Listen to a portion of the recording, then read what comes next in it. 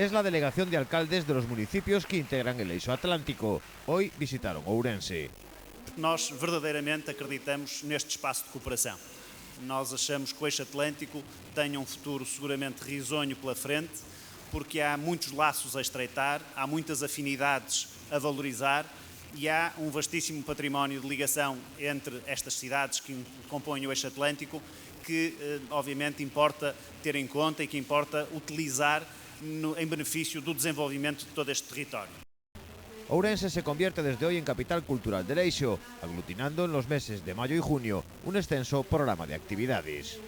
O honor e o privilexio de ser capital da cultura do Eixo Atlántico nos pode permitir eso, fundamentalmente, crear esas sinerxias ou crear esas redes entre todos os nosos povos, primeiro para dar a coñecer a nosa cultura, que é o camiño ou é o primeiro paso que se pode dar para mantela, e depois tamén buscar a maneira de reforzala e facela crecer